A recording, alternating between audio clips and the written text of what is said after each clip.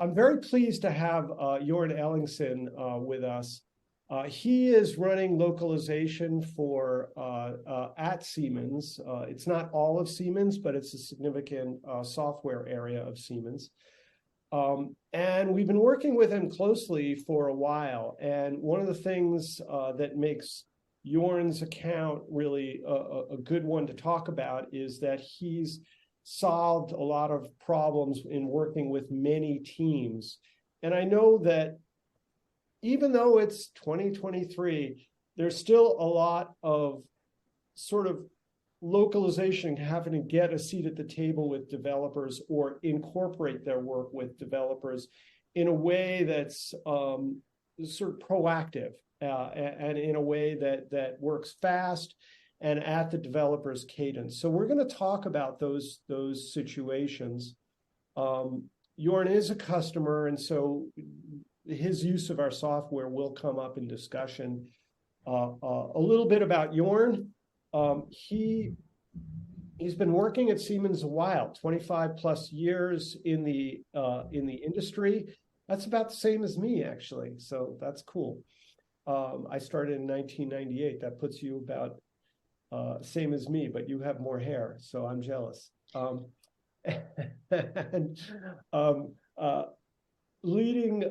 he leads the administration, and right now he's got 80 plus localizer projects. Localizer is our software, but what that means is that he's automating with 80 plus projects localization using our technology. So when I refer to localizer, it's one of our products. All right, so time to get to questions here. Joern, do you want to add anything to my introduction? Yeah, real briefly. So I'm not running localization at Siemens. I'm part of the localization group. Okay. My director is actually head of localization there. I'm leading a group of project managers, localization project managers, and with that administration for localizer and for WorldSong. That's really the main difference here from what you said. But overall, thanks for the introduction there. All right. Sorry about that. All right. Good. All right. So let's get into it here with the questions, which is what people are here for. Can you briefly describe the software automation process and services in place now at Siemens?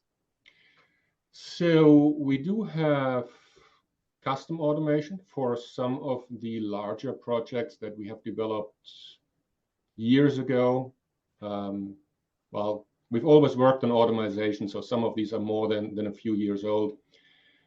These are for the major products. The smaller products that we started onboarding here, we have for the majority used Localizer. And I'm talking about UI projects here only. Documentation itself is connected to our content management system that we're having, and there's automation there in place also. But focus here today is software automation. And for that, we really have three types. The one where we don't really have automation yet, where we either don't have the file types, files aren't in repos, get quote unquote thrown over the wall via emails or shared somewhere. Then we have our already standing automations, which are in repositories, often in customized repositories. And those run through our customizations that we have done over the years. And then these 80 plus projects that we have in Localizer, which the majority there is our cloud products and products that in the past were on a smaller scale where we haven't really looked at a lot of customized automation yet. Okay. By the way, for the audience, if you have a question, just use the Q&A interface in Zoom and just write your question, and we'll go from there. All right. We'll address the questions probably at the end of the webinar, but write them right. Usually, I like it when people write their questions right away, so it gets it out there. All right. How many developer teams are you supporting now? Ooh, That's hard to say. We typically track the number of products, and we have somewhere north of 60 that we're supporting with a growing number year over year there. Many of those products have multiple development teams. They all rally up into that same product, but some of the larger have a number of development teams. So if I had to guess on the amount of development teams, it's probably around 90 to 100, but that would be just a rough guess of teams that we're supporting. Okay. Something that we see with our customers, particularly if they adopt microservices architectures, is that the definition of what a product is no longer kind of fits for their organization. They have so many parts that they use for different products that it's kind of even hard to say just on a team basis. Do you have any of that? Yeah, we do that. I mean, it's still possible to call products a product, mainly the way they release, because all the bits and pieces typically release together for one product. The fragmentation in multiple repositories, multiple teams, multiple localizer setups, that's obviously is there. Right. So for some products, we have 3 or 4 localizer onboardings just to be able to support the entire architecture that they're having. Got it. And by the way, we already have one question on that. We're going to take that at the end. It's a really good question, and some of that will be answered in the next few questions. What was the product process like before you had automation for strings? We always had automation. No, but so especially like I said, for the larger products, we did have automation in place. We have customized our translation management system for it. We have custom connections to the repositories for the larger products. Those were already in place, but they do require a certain amount of setup and a certain amount of maintenance over from release to release, really. And as mentioned, the setup is probably the lengthy process because it's a customized solution. When we took on Localizer, and that's probably really the question that you're looking for. When we took on Localizer, we were able to quickly onboard smaller products where in the past we would have said, well, we run 1 or 2 releases a year and there isn't really that much to do that we needed to automate. Those we now could relatively easy and streamlined automated change to a faster cadence. So instead of translating 3-4 times a year, we're translating for many of these products now on a sprint level, which typically is anywhere between 2 and 4 weeks. Right. And depending on the development team, obviously. So that was really enablement of Localizer that helped us getting there with standardization on top of that. Onboardings now are relatively quickly. And it really enabled us to be much closer to the development cycle than before. Okay, great, super. All right, so this relates to a little bit to a question that was asked, which I'm going to repeat anyway during the Q&A because I like it so much. But basically, okay, how did you work with these teams? How did you get the message across? I've got an itemized list here, but what was your interaction like with the teams? Were they like resistant? Did you have to convince them, or were they like, sure, okay? So we didn't need to convince them that localization is necessary or that more frequent localization is going to be better. Most of the teams, they already knew that. We typically get approached from the development teams with a request of languages that they have, with a cadence. In the past, it was mainly thinking about okay, we need to have everything done for the release. Now with more frequent releases, obviously that pushes QA, that pushes everything else. And with that, having localization done earlier was actually something that was welcome from most of the product teams that came there. What we typically do is we go through a process of a few meetings when we onboard a team or when we start about automation with a team. We have a presentation that we give them, a short demo. In the early times of Localizer, we did test cases, did a test setup so that they could see what happens on their repo, what happens on Localizer, does everything work as expected. So that's now after we've so much experience, we can just point to other products and saying, okay, it works here, so it will work for you. Yeah, yeah.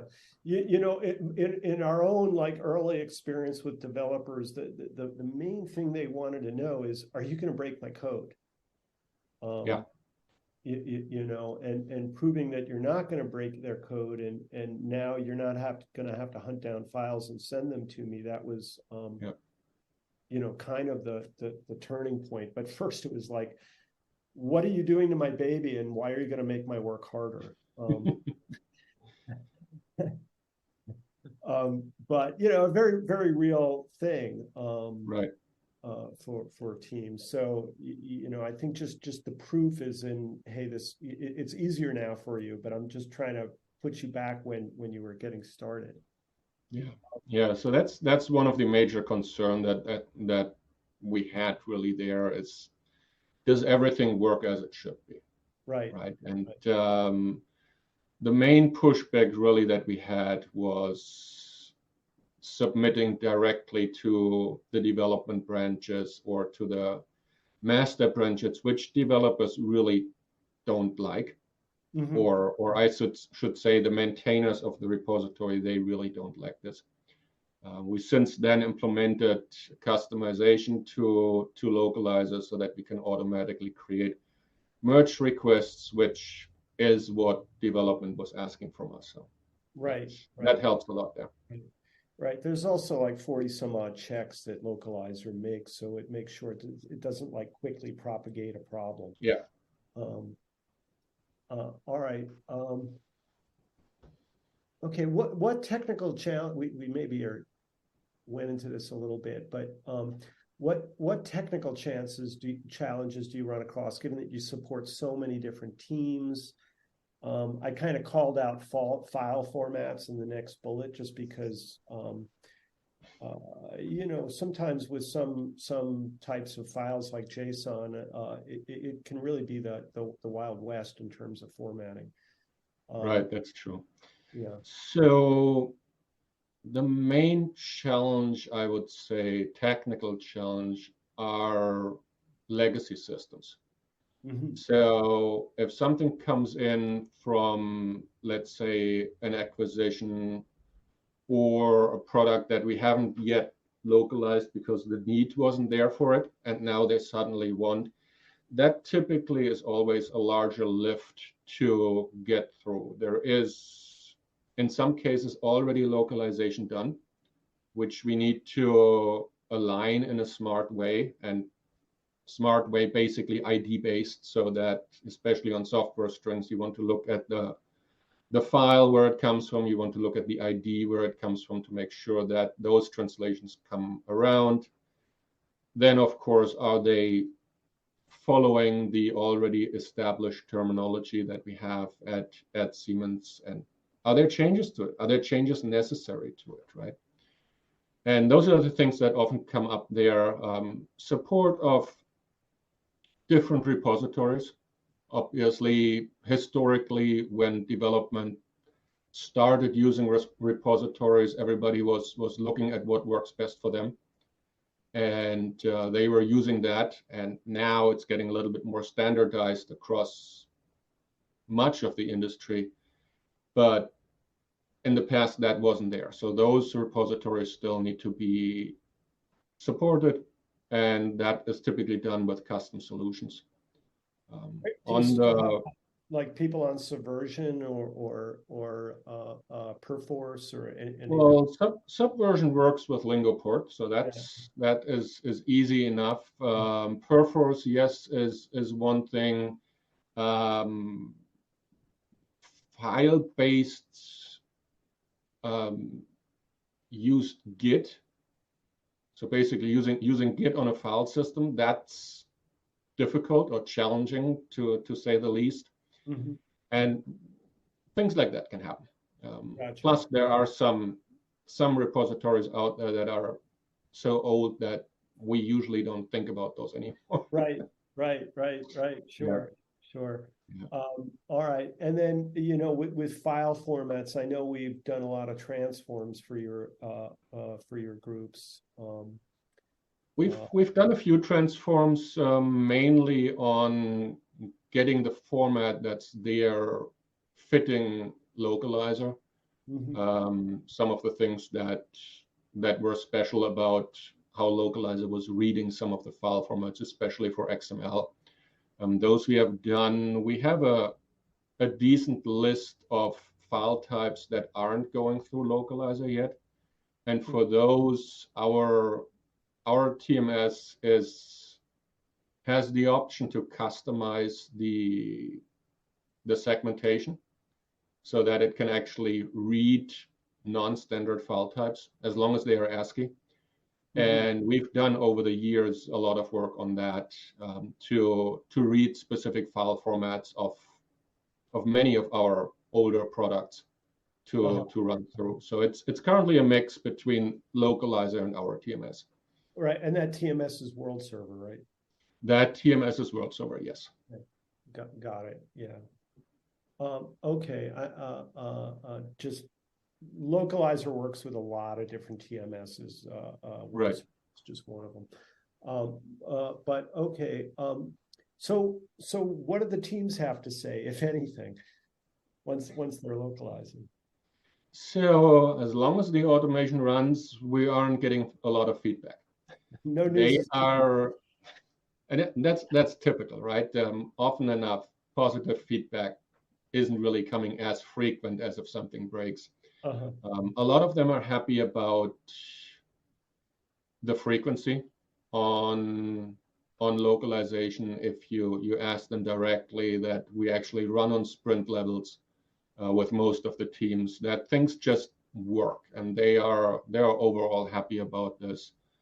Um, the onboarding process now is relatively quick, so we can get something done and set up for the teams within most of the time within a few days, really. And some of them are, or a lot of the teams that come in look for more frequent translations, and that's really our hook into the automation piece. Okay, great. Okay. And do you have concerns about future proofing? I mean, everybody, like the buzz in the industry is all about AI, for instance, and large language models um, taking over the translator role. So does future proofing come up? You're also on World Server, which is getting pretty old, but I think still holds up. I wouldn't necessarily call them concerns, but we're obviously always looking at new processes. Mhm. Where can we improve something? Where can we either bring in new technology to help us over certain hurdles, or bring in new technology to make our whole environment future proof? As an example, one of the things that was interesting were the transforms in Localizer, Mhm. to be able to read in file formats and send them out to different CMSs or TMSs in a standardized format, or in a format that TMS can actually read. That is a very powerful thing. And yes, World Server does that with the legacy filters, where we can actually read these, but if there is an option to have something use a more standardized format, since these are not supported anymore, for example, that's always an option there. So yes, future proofing is always on our mind, but it's not necessarily something where I would say this is a concern necessarily. Got it. Okay. And the next logical question, are you getting pushed from, I ask everybody this, are you getting pushed from management to adopt AI for translation automation? We're certainly looking at AI where it can help us, and where we can build it in and have the right answers, really. Because yes, people come to us and look for us for translation, and automation and AI is certainly a question that comes up during that time. So we're in that regard constantly exploring what we can do with translation automation. And this can happen in different ways, right? Machine translation keeps changing, keeps getting better. AI is just an extension in that regard for machine translation. Quality estimation, test automation, all those things roll in, and we're always looking at that. So in terms of AI, yes, we do have a few use cases, well, quite a few use cases that we're looking at to see where can that help us. Right. I hope obviously we can't go into much detail here, right? Yeah, we've done our own research on AI and findings, and maybe somebody in the QA will ask me about that, but I'm going to keep going here. Yeah. All right. Are there in a lot of larger organizations there's some do-it-yourself developers, because developers like to build things. Are there internally developed initiatives that you need to counter? So a developer says, "Oh, I can do this weekend. Let me take over this." Do you have any of that? Naturally, there are some DIY coming here. I like the picture, by the way. Naturally, yes, in a company this size, we do have some custom solutions, and especially, again, looking back, if you bring in new products, if you're having new acquisitions come on board that you're supporting, that are being folded in into our product portfolio, we're always looking at, okay, what have they done, right? And we're evaluating, and some of those things are really good, and we can continue to work with this, or can use it for our own products. Some of those we can show that our standard setup is going to be much more efficient. And in the end, even for developers, it's very seldom that they really hold on to something once they get proof that, okay, this process is going to be more scalable, more efficient, at the end often cheaper with better quality. And from that point on forward, really there isn't all that much. But yes, we're always evaluating what they have, and this comes naturally to it. Right. I have plenty of DIY stories that I've seen in multiple companies where sometimes quite a senior person in the company says, "Oh, everybody does handle strings this way. We're going to do it that way." And I have to have the conversation like, if you do that, you won't be able to use any translation products. You won't be able to scale. Right. That does happen. And yes, and scalability is something that they're really looking at often. Right. Yeah. All right. Do you get pushed from your management for return on investment for what you do? And how do you handle that? Of course. So ROI here specifically to let's say specifically to Lingoport, or to our investment with Localizer that we've done. Our ROI revolved really around automation. Mm-hmm. It's important in our organization to look at what can we automate, where can we remove manual steps. So that is always part of a return on investment, which in the end leads to much better resource utilization.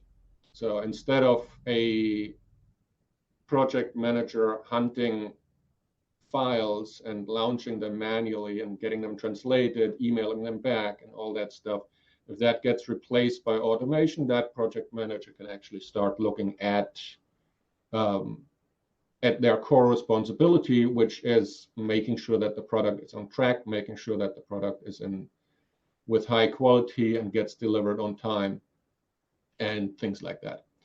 And the other big thing that we had is that was really handle the growth that Siemens is going through without a significant headcount increase.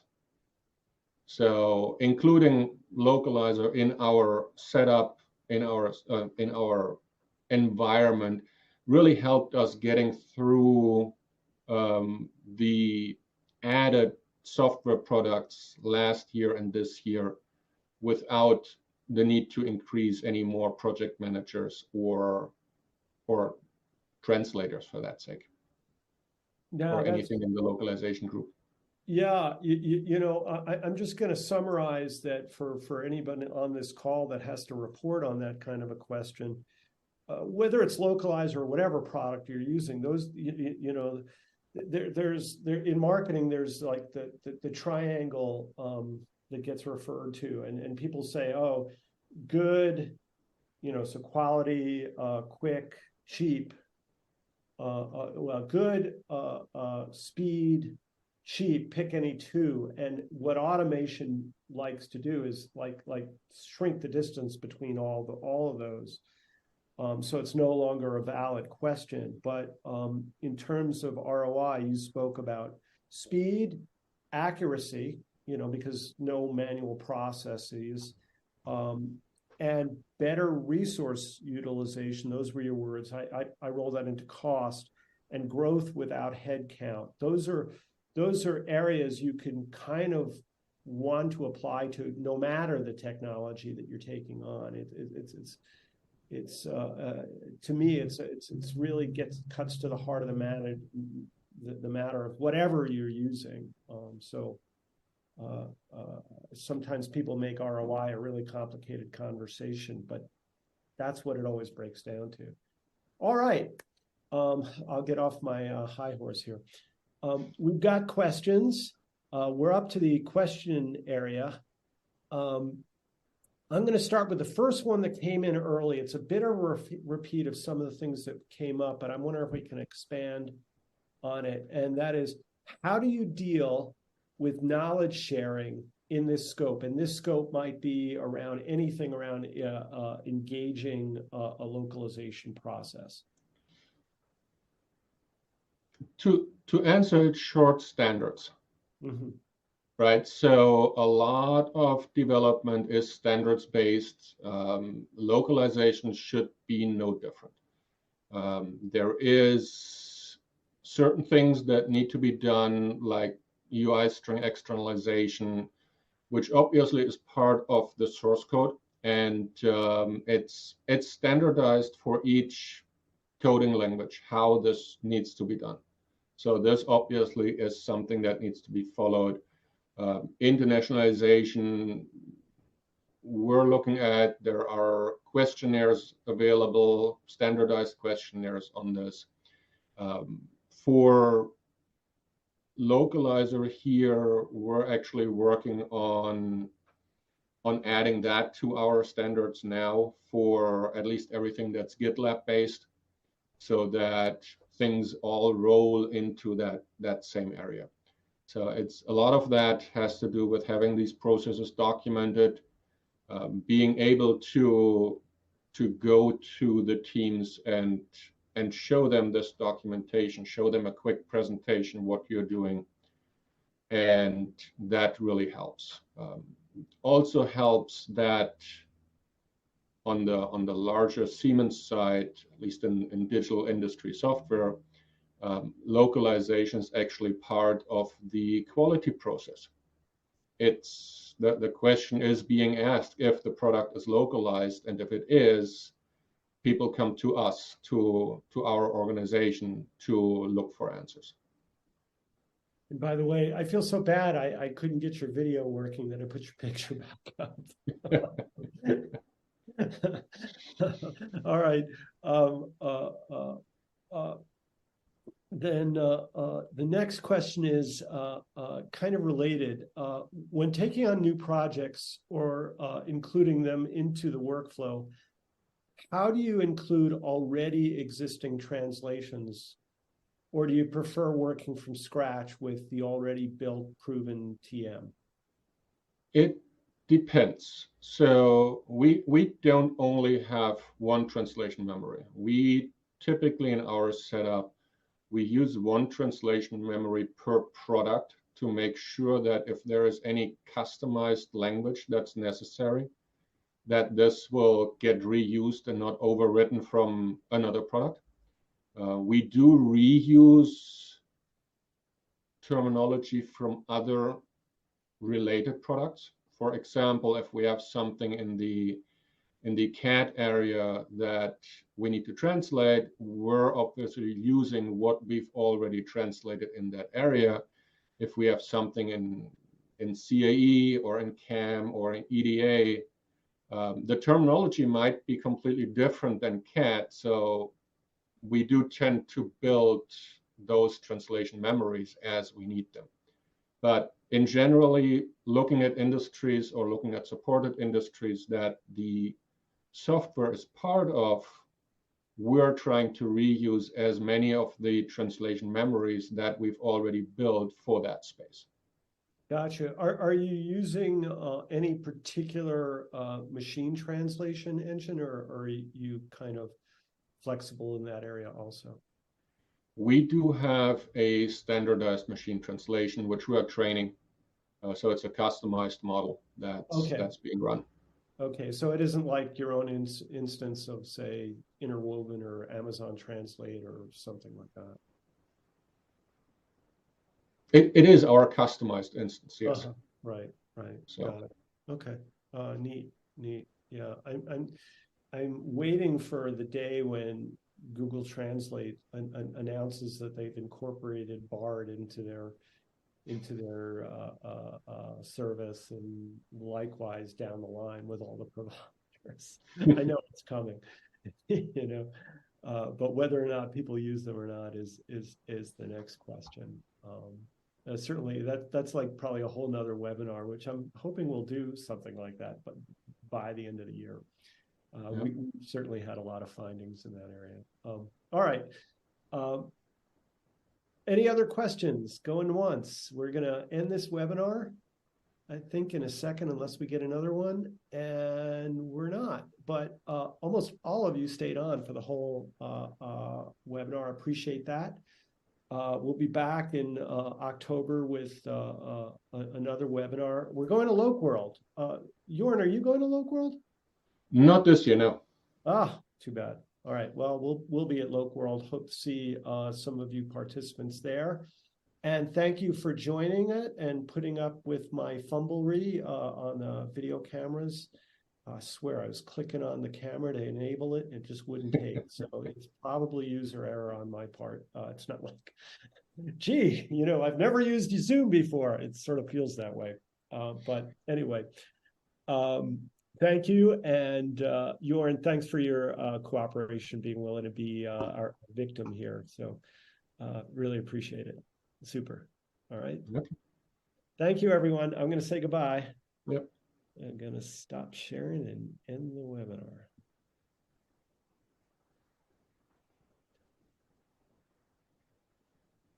There we go. Bye, everyone.